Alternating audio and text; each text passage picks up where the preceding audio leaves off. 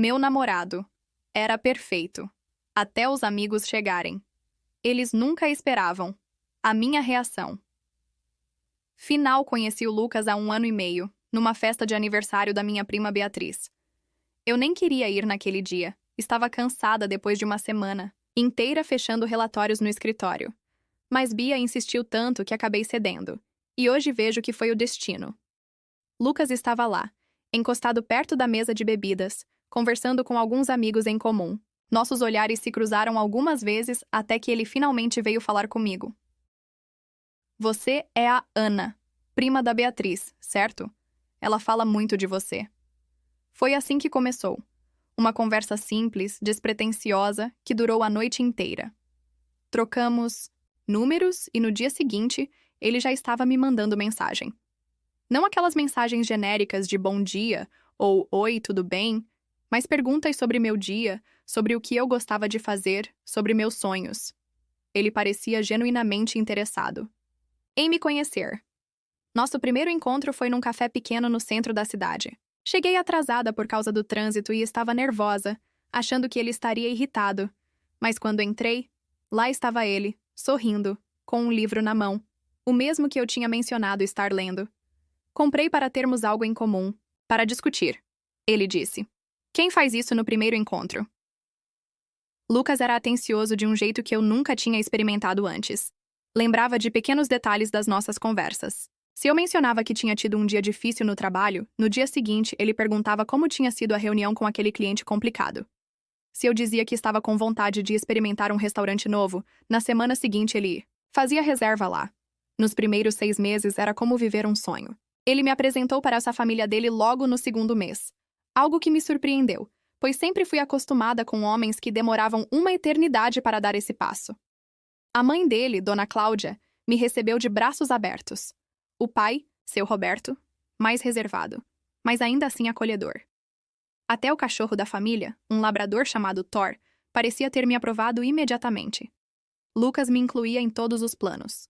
Viagens de fim de semana para a casa de praia da família, almoços de domingo, até mesmo nas reuniões de trabalho da empresa dele, quando tinha algum coquetel depois.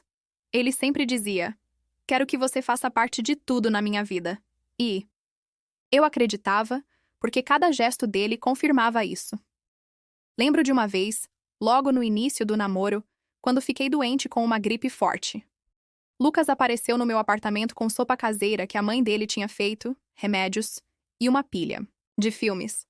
Ficou comigo o fim de semana inteiro, mesmo eu insistindo que ele poderia pegar a gripe também. Vale a pena o risco, ele disse, enquanto ajeitava os travesseiros para eu ficar mais confortável.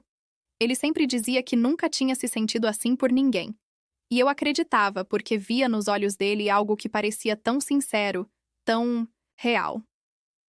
Quando completamos 6 meses juntos, ele organizou um piquenique surpresa no parque onde tínhamos dado nosso primeiro beijo. Tinha pensado em cada detalhe. Meus sanduíches favoritos, o vinho que eu tinha mencionado querer experimentar, até mesmo um pequeno alto-falante tocando a playlist que tínhamos criado juntos. Foi nesse dia que ele disse pela primeira vez que me amava. Sob o céu alaranjado do fim de tarde, com o barulho das folhas ao vento, ele segurou minhas mãos e disse: Ana, eu te amo e quero construir algo sério com você. Naquele momento, eu tinha certeza que tinha encontrado meu parceiro para a vida. Mas tudo começou a mudar quando os amigos dele voltaram de intercâmbio. O Rodrigo e o Felipe eram amigos de infância do Lucas. Os 3 cresceram juntos no mesmo bairro, estudaram na mesma escola e até trabalharam no mesmo lugar durante a faculdade. Eles tinham ido para a Europa fazer um intercâmbio de 1 ano. E desde que retornaram há cerca de 5 meses, meu namorado virou outra pessoa. No começo eram pequenas coisas, tão sutis que eu quase não percebia. Uma mensagem que demorava mais para ser respondida. Um encontro que terminava mais cedo porque ele tinha combinado algo com os meninos. Planos de fim de semana que começaram a incluir sempre alguma atividade com Rodrigo e Felipe. Amor. Hoje. Não vou poder te ver. Os meninos marcaram um futebol de última hora. Essa frase começou a se tornar comum. No início, eu entendia. Afinal, eles tinham ficado 1 ano longe. Era natural quererem recuperar o tempo perdido. Mas logo os encontros de última hora começaram a se tornar mais frequentes que nossos próprios encontros planejados. Depois, quando estávamos juntos, ele ficava o tempo todo no celular rindo das mensagens deles. Eu tentava participar, perguntava do que estavam falando, e a resposta era sempre a mesma. Coisa nossa, você não entenderia. São piadas antigas. E assim eu ia sendo excluída, pouco a pouco, de uma parte cada vez maior da vida dele. Uma vez, estávamos jantando num restaurante que eu tinha reservado com semanas de antecedência para comemorar a promoção dele no trabalho. Estava tão animada, tinha me arrumado especialmente para a ocasião, comprado um presente que sabia que ele ia adorar. Estávamos no meio da refeição quando o celular dele não parava de vibrar. Depois de checar as mensagens pela quinta vez, ele simplesmente levantou e disse: "Os caras estão num bar aqui perto, vou lá rapidinho e já volto. É só para dar um abraço neles, prometo." Fiquei ali, sozinha na mesa, com o presente ainda na bolsa esperando.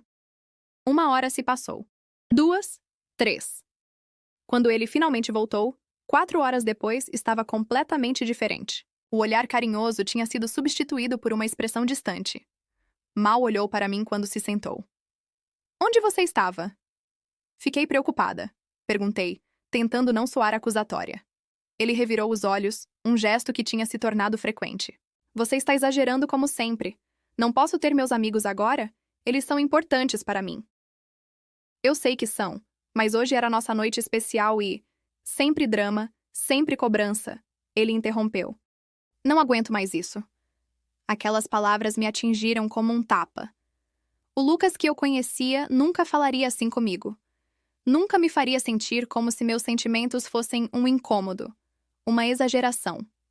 Nas reuniões com os amigos dele que eu ia junto, a situação era ainda pior. Eles faziam piadas sobre como eu prendia o Lucas, como se o simples fato de querer passar tempo com meu namorado fosse algum tipo de crime. "Coitado, nem pode mais respirar sem pedir permissão", dizia o Rodrigo, enquanto todos riam. "E o Lucas?" Ria junto. Nunca me defendia. Nunca dizia: "Ei, não é assim." Pelo contrário, muitas vezes ele complementava as piadas, como se estivesse provando lealdade a eles. Uma vez estávamos num bar, e o Felipe começou a relembrar histórias da época de solteiro. "Lembra quando a gente saía e você ficava com 3 numa noite? Bons tempos." E Lucas, olhando diretamente para mim, respondeu: "É, a liberdade tem seu preço." Todos riram. Eu engoli o nó na garganta e forcei um sorriso, fingindo que aquilo não tinha me machucado. Em casa, quando tentava conversar sobre como aquelas situações me faziam sentir, a resposta era sempre a mesma. Eu estava sendo sensível. Demais. Ciumenta demais. Controladora demais. "Eles são meus amigos de infância, Ana. Você não pode esperar que eu escolha entre vocês." Mas não era sobre escolher. Era sobre respeito, sobre equilíbrio, sobre não me fazer sentir como se eu fosse um obstáculo na vida dele. Como se o nosso relacionamento fosse um fardo que ele carregava quando os amigos não estavam por perto. E assim, dia após dia. Comentário após comentário. Cancelamento. Após cancelamento, eu via o homem por quem me apaixonei desaparecer, substituído por alguém que eu mal reconhecia quando Rodrigo e Felipe estavam por perto. Quando contei para minha melhor amiga, Júlia, sobre o comportamento do Lucas, ela reagiu de um jeito que me deixou ainda mais confusa. Estávamos no nosso café favorito, aquele com as mesinhas na calçada e o barista que sempre faz desenhos diferentes na espuma. Desabafei sobre como Lucas tinha mudado, como ele cancelava nossos planos de última hora, como ele ria das piadas dos amigos às minhas. "Custas? Ana, sinceramente, acho que você está sendo dramática", Júlia disse, mexendo o café distraidamente. "Todos os homens são assim com os amigos. Você precisa dar espaço. Se você ficar sufocando ele, vai acabar perdendo." Suas palavras me atingiram como um balde de água fria. Júlia sempre tinha sido meu porto seguro, aquela pessoa que me apoiava, incondicionalmente. Mas ali, naquele momento, ela estava minimizando tudo o que eu sentia. "Não é sobre dar espaço, Ju. É sobre respeito básico", tentei explicar. "Ele simplesmente levanta no meio do jantar e some por horas. Ele ri quando os amigos fazem piadas sobre eu ser controladora ou chata." Júlia deu de ombros. "Homens são assim mesmo. Meu irmão é igual. Eles têm esse código entre eles, sabe? Não leve para o lado pessoal." Saí daquele café me sentindo ainda pior. Será que eu estava mesmo exagerando? Será que todas as relações eram assim, e eu que estava esperando demais? Decidi conversar com minha mãe. Sempre confiava no julgamento dela, prático, sensato, baseado em anos de experiência. Fui até a casa dos meus pais num domingo, enquanto meu pai assistia futebol na sala. Ajudei minha mãe a preparar o almoço e, entre cortes de cenoura e temperos, contei sobre a situação. Filha, homem precisa desse tempo com os amigos, faz parte, ela disse, sem tirar os olhos da panela que mexia. Seu pai era assim também. Quando os amigos dele ligavam, não tinha jeito, Mas, mãe, ele ia. não é só sobre Aprendi ele a não sair brigar com os por amigos. É como ele muda quando está com eles. Como ele me trata diferente, como se eu fosse um fardo. Ela suspirou, finalmente me olhando. Ana, relacionamentos são feitos de concessões. Às vezes, a gente engole sapo para manter a paz. Se ele é bom para você no resto do tempo, talvez valha a pena relevar essas coisas. Engolir sapo. Era isso que minha própria mãe estava me aconselhando a fazer. Aceitar ser desrespeitada em nome da paz. Saí da casa dos meus pais naquele dia com um peso ainda maior no peito. Se nem minha melhor amiga nem minha mãe viam problema no comportamento do Lucas, talvez o problema fosse realmente comigo. As semanas seguintes foram ainda mais difíceis. Comecei a duvidar das minhas próprias percepções. Quando Lucas cancelava nossos planos, eu engolia a frustração. Quando ele passava horas no celular durante nossos encontros, eu fingia não me importar. Quando ele sumia com os amigos, eu não questionava. Estava tentando ser a namorada descolada, aquela que dá espaço, que não sufoca. Até que um dia meu irmão mais velho, Mateus, veio me visitar. Ele mora em outra cidade e não nos víamos há meses. Tínhamos combinado de jantar juntos. Eu, ele e Lucas. Era para ser uma noite especial, já que Mateus e Lucas nunca tinham tido a oportunidade de realmente se conhecerem. Arrumei o apartamento, preparei a comida favorita do meu irmão, coloquei a mesa com cuidado. Lucas tinha prometido chegar às 7.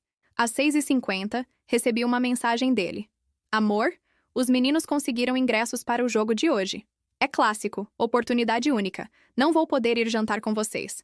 Explica pro seu irmão, tenho certeza que ele vai entender. Beijo. Fiquei olhando para a tela do celular, incrédula. Não era apenas mais um jantar cancelado. Era a chance dele conhecer melhor meu irmão, alguém importante para mim. E ele jogou fora por causa de um jogo de futebol que nem estava nos planos. Quando Mateus chegou e perguntou por Lucas, tentei explicar com um sorriso forçado. Mas algo dentro de mim quebrou. E antes que pudesse controlar, as lágrimas começaram a cair. Tentei disfarçar, virei de costas, fingi que estava ocupada com algo na cozinha. Mas Mateus me conhecia bem demais. Ana, o que está acontecendo? E não me diga que é só por causa desse jantar. Foi como se uma represa tivesse se rompido. Contei tudo. As mudanças no comportamento de Lucas, os cancelamentos constantes, as piadas, a forma como ele me tratava quando os amigos estavam por perto, como eu tinha começado a duvidar de mim mesma. Mateus me ouviu em silêncio, seu rosto ficando cada vez mais sério. Quando terminei, ele me olhou diretamente nos olhos e disse: Isso não é normal, Ana. Ele não te respeita. Foi a primeira vez que alguém validou o que eu sentia. Não minimizou. Não disse que eu estava exagerando. Não sugeriu que eu engolisse o sapo. Simplesmente reconheceu que o que estava acontecendo não era certo. Mas a Júlia disse que todos os homens são assim com os amigos. Até a mãe falou que é normal, que o pai fazia a mesma coisa. Argumentei, ainda tentando encontrar justificativas. Mateus balançou a cabeça. Não, Ana. Não é normal tratar a pessoa que você ama como uma opção. Não é normal fazer você se sentir menos importante que qualquer outra pessoa ou coisa. Ele continuou. Já vi esse filme antes. Meu amigo Pedro era assim com a namorada. Dele, a Camila. Começou com só uma saída com os amigos e terminou com ele mentindo sobre onde estava, com quem estava. Ela ficava em casa esperando, enquanto ele estava em festas, conhecendo outras pessoas. Você acha que o Lucas está me traindo? A possibilidade nunca tinha realmente cruzado minha mente até aquele momento. Não estou dizendo isso. Estou dizendo que quando alguém começa a te tratar como se você fosse dispensável, isso raramente melhora com o tempo. Geralmente só piora. As palavras do meu irmão ficaram comigo nos dias seguintes. Comecei a observar o comportamento de Lucas com outros olhos, não mais duvidando das minhas percepções, mas realmente vendo a situação pelo que era. 2 semanas depois, tivemos um almoço na casa dos meus pais. Era aniversário do meu pai, e toda a família estaria lá. tios, primos, até minha avó, que raramente saía de casa. Lucas sabia da importância desse evento há semanas. Tínhamos conversado sobre o presente que compraríamos juntos, sobre a hora que sairíamos para chegar cedo e ajudar com os preparativos. No dia, acordei cedo e mandei mensagem para ele confirmando nossos planos. Nenhuma resposta. Liguei. Nada. O almoço estava marcado para meio-dia. Às 10, ainda sem notícias, decidi ir sozinha para a casa dos meus pais. Talvez ele estivesse a caminho. Talvez tivesse acontecido algo com o celular dele. O almoço começou, todos perguntando por Lucas. Dei desculpas vagas. Deve estar chegando. Talvez tenha pego o trânsito. Às 2 da tarde, quando já estávamos na sobremesa, ele finalmente apareceu. Cabelo desgrenhado, olheiras profundas, cheirando levemente a álcool. Desculpa o atraso, ele murmurou, sem realmente parecer arrependido. Saí com o Rodrigo e o Felipe ontem à noite, e acabamos voltando muito tarde. Minha família toda observou a cena em silêncio constrangedor. Meu pai, sempre educado, ofereceu um prato de comida. Minha mãe tentou puxar assunto.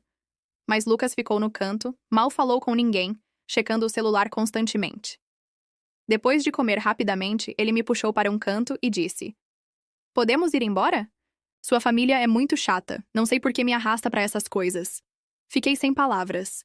Este era o aniversário do meu pai, uma celebração familiar importante. E ele não só chegou horas atrasado porque estava com os amigos, como ainda teve a audácia de dizer que minha família era chata. Mateus, que estava passando no corredor naquele momento, ouviu tudo. Nossos olhares se cruzaram, e vi nele uma mistura de raiva e preocupação. Mais tarde, quando Lucas foi ao banheiro, meu irmão se aproximou e disse baixinho: "Ana, isso não é amor. Isso é manipulação. Você merece muito mais que isso." Naquela noite, voltando para casa no carro em silêncio, as palavras do meu irmão ecoavam na minha mente. Pela primeira vez, comecei a considerar seriamente se este relacionamento era realmente o que eu queria para a minha vida. Comecei a me questionar se estava sendo controladora demais. As dúvidas me consumiam dia e noite, como um carrossel interminável de pensamentos contraditórios. Talvez eu estivesse sufocando o Lucas? Talvez fosse normal ele querer passar tanto tempo com os amigos? Afinal, eles tinham ficado 1 ano inteiro. Longe, era compreensível que quisessem recuperar o tempo perdido. Numa terça-feira à noite, sentada sozinha no sofá do meu apartamento com uma xícara de chá já fria nas mãos, me peguei analisando cada momento dos últimos meses. Tinha cancelado o cinema com a Júlia porque Lucas disse que viria me ver depois do trabalho. Eram 9 da noite e nenhuma mensagem dele ainda. O filme que queríamos ver já tinha começado há 1 hora. Peguei meu celular e abri nossa conversa. A última mensagem dele enviada às 5 da tarde. "Saindo do trabalho agora, passo aí mais tarde." Nada mais. Nenhuma explicação sobre o atraso, nenhum pedido de desculpas. E o pior, eu já estava acostumada com isso. Mas por que ele mudava tanto quando estava com Rodrigo e Felipe? Essa era a pergunta que mais me atormentava. Quando estávamos só nós dois, em alguns momentos raros, ele voltava a ser o Lucas por quem me apaixonei. Atencioso, carinhoso, presente. Como na semana anterior, quando passamos um domingo inteiro juntos porque, coincidentemente, Rodrigo e Felipe tinham ido visitar os pais em outra cidade. Naquele domingo, Lucas preparou o café da manhã. Trouxe na cama. Assistimos filmes abraçados, conversamos sobre o futuro, sobre viagens que queríamos fazer juntos. Ele até mencionou o casamento, algo que não falava há meses. "Quando nos casarmos, quero uma casa com quintal para termos um cachorro", ele disse, brincando com uma mecha do meu cabelo. E eu, tola que sou, me agarrei a esse momento como se fosse uma tábua de salvação em meio a um naufrágio. Isso me deixava ainda mais confusa. Quem era o verdadeiro Lucas? Aquele que me tratava como prioridade ou o que me fazia sentir um fardo? O que me olhava com carinho ou o que revirava os olhos com impaciência? O que falava sobre nosso futuro ou o que parecia querer voltar para o passado de solteiro com os amigos? Lembrei de uma conversa que tive com minha colega de trabalho, Patrícia. Ela tinha passado por algo parecido com o ex-marido. "É como se fossem 2 pessoas diferentes", ela explicou. "E você fica esperando que a versão boa apareça mais vezes, que eventualmente ela vença a versão ruim. Mas isso raramente acontece. Ana, uma noite não consegui dormir. Eram 3 da manhã e eu estava completamente desperta, olhando para o teto com o coração pesado. Fiquei repassando cada momento, cada palavra. Lembrei de quando ele disse: "Você está exagerando", tantas vezes que comecei a acreditar. Na primeira vez que ele usou essa frase, foi depois de ter sumido por uma noite inteira numa festa com os amigos. Eu estava preocupada. Tinha ligado várias vezes, mandado mensagens. Quando ele finalmente apareceu na manhã seguinte, eu estava entre o alívio e a raiva. Onde você estava? Fiquei preocupada. Achei que tinha acontecido algo. Perguntei, a voz trêmula. Você está exagerando, ele respondeu jogando as chaves na mesa. Estava com os meninos, você sabe disso. Não precisa fazer esse drama todo. E assim começou. Cada vez que eu expressava desconforto, preocupação ou tristeza, a resposta era a mesma. Você está exagerando. Até que comecei a duvidar das minhas próprias emoções. Será que estava mesmo fazendo tempestade em copo d'água? Será que era normal me sentir choro para não parecer dramática? Como naquela noite no bar, quando Rodrigo começou a contar histórias constrangedoras sobre Lucas com outras mulheres antes de me conhecer. Detalhes explícitos, olhares sugestivos, na minha direção, como se fosse uma piada interna da qual eu era o alvo. Lucas ria junto, às vezes até acrescentava detalhes. Eu sorria forçadamente, fingindo que aquilo não me incomodava, que eu era descolada o suficiente para lidar com aquilo. Mas por dentro, cada palavra era como uma pequena facada. Quando chegamos em casa naquela noite e mencionei que tinha me sentido desconfortável, a resposta foi previsível. Você está sendo muito sensível. São só histórias antigas, não? Significam nada. Lembrei também das vezes que cancelei planos com minhas amigas porque finalmente ele tinha tempo para mim. Como naquela sexta-feira em que Júlia tinha ingressos para um show que queríamos muito ver. Lucas tinha dito que estaria ocupado, então confirmei com ela. 2 horas antes do show, ele mandou mensagem. Mudança de planos. Estou livre hoje. Vamos fazer algo? Quando disse que já tinha combinado com Júlia, ele ficou emburrado. Achei que você ia querer me ver, já que reclamou tanto que não temos passado tempo juntos. Acabei cancelando com Júlia, que ficou chateada, com razão. E o que fizemos naquela noite? Assistimos TV em silêncio enquanto ele trocava mensagens com Rodrigo e Felipe. Me sentia exausta. Exausta de duvidar do que sentia, exausta de me sentir menos importante que qualquer outra pessoa na vida dele. Exausta de me diminuir para caber nas expectativas dele e dos amigos dele. Exausta de tentar entender por que o homem que dizia me amar podia me tratar com tanto descaso. Exausta de justificar comportamentos que, no fundo, eu sabia que eram errados. Exausta de fingir que estava tudo bem quando claramente não estava. Numa manhã de sábado, depois de mais uma noite em que Lucas tinha saído com os amigos e não tinha voltado para casa, estávamos praticamente morando juntos nessa época, embora ele ainda mantivesse seu apartamento, decidi visitar minha avó. Precisava de um refúgio, de alguém que me ouvisse sem julgamentos. Vovó Maria, com seus 78 anos e uma sabedoria que só a idade traz, me recebeu com um abraço apertado, como se soubesse exatamente do que eu precisava. Sentamos na varanda dela, com xícaras de chá de camomila, e deixei as palavras fluírem. Vovó, como a senhora sabe se um relacionamento vale a pena? Como sabe se deve lutar por ele ou deixá-lo ir? Ela me olhou com aqueles olhos que pareciam enxergar através da minha alma. Ana, um bom relacionamento te faz sentir segura, valorizada, amada. Te faz querer ser uma pessoa melhor, não menor. Te dá paz, não ansiedade constante. Mas e se tiver momentos bons? E se nem sempre for ruim? Ela pegou minhas mãos entre as dela, enrugadas pelo tempo. Minha querida, migalhas de felicidade não são suficientes para alimentar uma vida inteira. Você merece o banquete completo. As palavras dela ficaram comigo nos dias seguintes. Migalhas de felicidade. Era exatamente isso que eu estava aceitando. Pequenos momentos de atenção e carinho em meio a um oceano de negligência e desrespeito. Comecei a perceber padrões no comportamento de Lucas. Quando Rodrigo e Felipe estavam ocupados ou viajando, ele voltava a ser atencioso comigo. Mas bastava uma mensagem deles para que eu fosse imediatamente relegada a segundo plano. Era como se eu fosse apenas uma opção de entretenimento quando seus amigos não estavam disponíveis.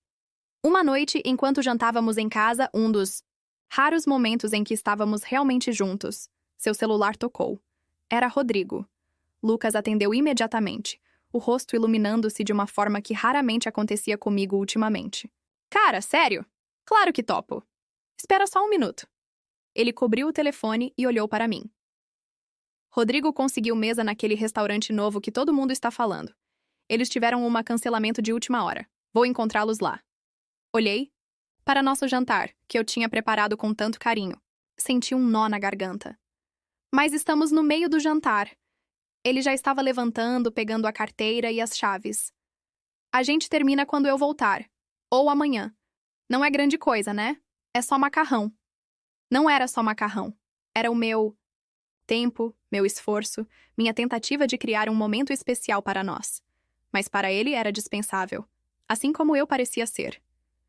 Naquela noite, sentada sozinha à mesa com o jantar esfriando, percebi que estava cansada de competir com Rodrigo e Felipe pela atenção do meu próprio namorado. Cansada de ser sempre a segunda opção, o plano B, a pessoa que estaria esperando quando não houvesse nada mais interessante para fazer. Percebi que o problema não eram os amigos em si. Amizades são importantes, saudáveis, necessárias. O problema era como Lucas mudava quando estava com eles, como permitia que eles desrespeitassem nosso relacionamento, como ele próprio o fazia. E o mais doloroso, percebi que talvez o Lucas por quem me apaixonei nunca tivesse realmente existido. Talvez fosse apenas uma fachada, uma versão temporária que ele apresentou até se sentir seguro o suficiente para mostrar quem realmente era. Ontem, Lucas me ligou quando eu estava saindo do trabalho. Seu tom era animado, quase infantil de tão empolgado. Adivinha só? Rodrigo e Felipe organizaram uma viagem surpresa para o fim de semana. Vamos para aquela pousada na praia que sempre quisemos conhecer. Fiquei em silêncio por alguns segundos, processando a informação. Este fim de semana, nosso aniversário de namoro. As reservas que tínhamos feito há mais de um mês no restaurante italiano que Lucas tanto queria experimentar. O presente, que eu tinha comprado semanas antes escondido cuidadosamente no fundo do armário. Lucas, este fim de semana é nosso aniversário de namoro. Temos reservas no Bella Napoli há semanas. Houve uma pausa do outro lado da linha. Por um momento pensei que ele tinha se dado conta, que iria pedir desculpas, dizer que tinha esquecido, e que, claro, cancelaria a viagem com os amigos. Ah, é mesmo, ele respondeu, sem nenhum traço de arrependimento na voz. Mas eles já compraram as passagens, amor. Não posso desperdiçar. Podemos comemorar quando eu voltar. O restaurante não vai sair do lugar. Algo dentro de mim simplesmente quebrou. Como se um fio que estivesse esticado ao máximo finalmente cedesse. Não era sobre o restaurante. Não era nem mesmo sobre o aniversário em si. Era sobre ser constantemente colocada em segundo plano. Era sobre ter meus sentimentos, meus desejos, minhas necessidades tratadas como insignificantes comparadas às dele e de seus amigos. Não respondi nada. Não conseguia. As palavras pareciam presas na minha garganta, sufocadas por um nó de mágoa e decepção que vinha crescendo há meses. Ana? Você está aí? Não vai fazer drama por causa disso, né? Drama. Essa palavra que ele usava como uma arma para me fazer sentir que minhas emoções eram exageradas, irracionais, inválidas. Preciso desligar, consegui dizer, a voz mais firme do que esperava. E desliguei o telefone. Sentei no banco da praça em frente ao meu escritório, observando as pessoas passarem. Casais de mãos dadas. Amigos rindo juntos. Famílias com crianças. Todos pareciam ter conexões genuínas, respeito mútuo, consideração. Tudo o que eu não tinha mais no meu relacionamento. Peguei meu celular e, com uma calma que não sabia, que possuía, bloqueei o número dele. Bloqueei nas redes sociais. Em cada plataforma, cada aplicativo. Era como se estivesse cortando cordas. Uma a uma. Me libertando de um peso que nem sabia que carregava. Mandei uma única mensagem antes de bloquear o WhatsApp. Acabou. 2 palavras simples que carregavam o peso de meses de desilusão, de esperanças, frustradas, de amor não correspondido da maneira que eu merecia. Voltei para casa me sentindo estranhamente leve, como se tivesse deixado algo pesado para trás. Tomei um banho demorado, coloquei minha música favorita, abri aquela garrafa de vinho que estava guardando para uma ocasião especial. E esta era uma ocasião especial. O dia em que escolhi a mim mesma. A campainha tocou às 11 da noite. Sabia que era ele antes mesmo de olhar pelo olho mágico. Lucas estava lá, o rosto contorcido numa mistura de raiva e incredulidade. O que significa aquela mensagem? Por que você me bloqueou em tudo? Ele exigiu assim que abri a porta. Significa exatamente o que você leu. Acabou, Lucas. Ele entrou no apartamento sem ser convidado, gesticulando freneticamente.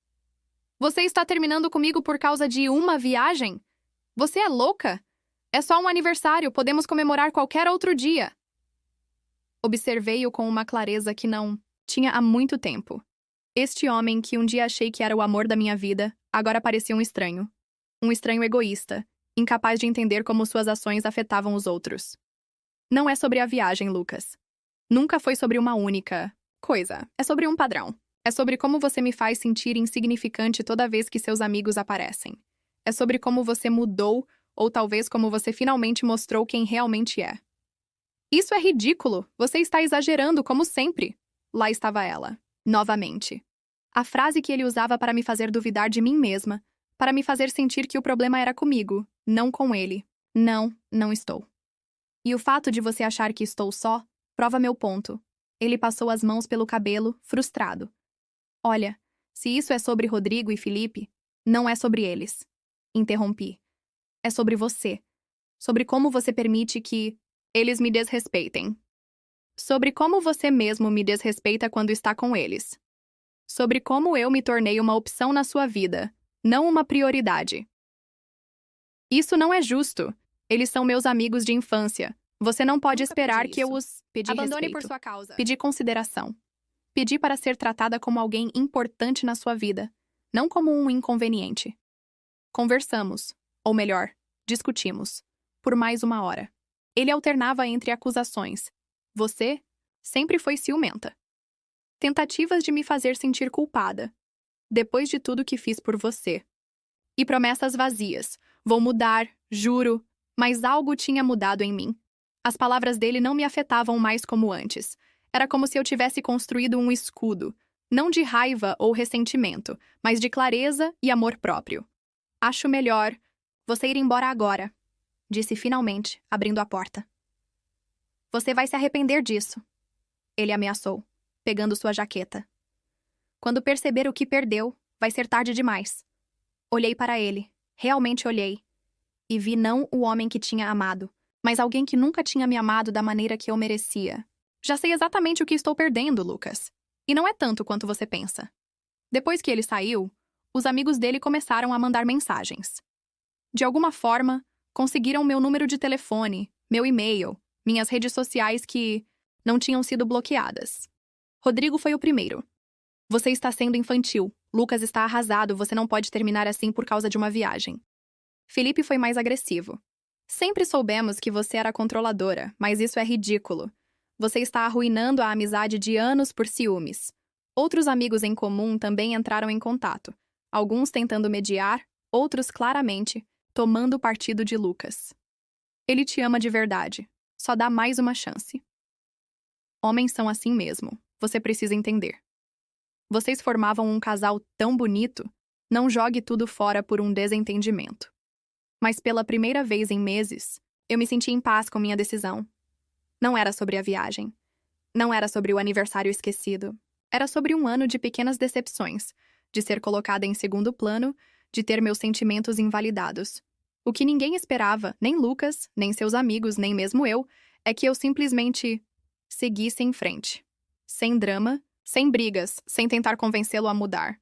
Apenas aceitei que merecia mais do que migalhas de atenção, mais do que ser a opção quando nada melhor estava disponível.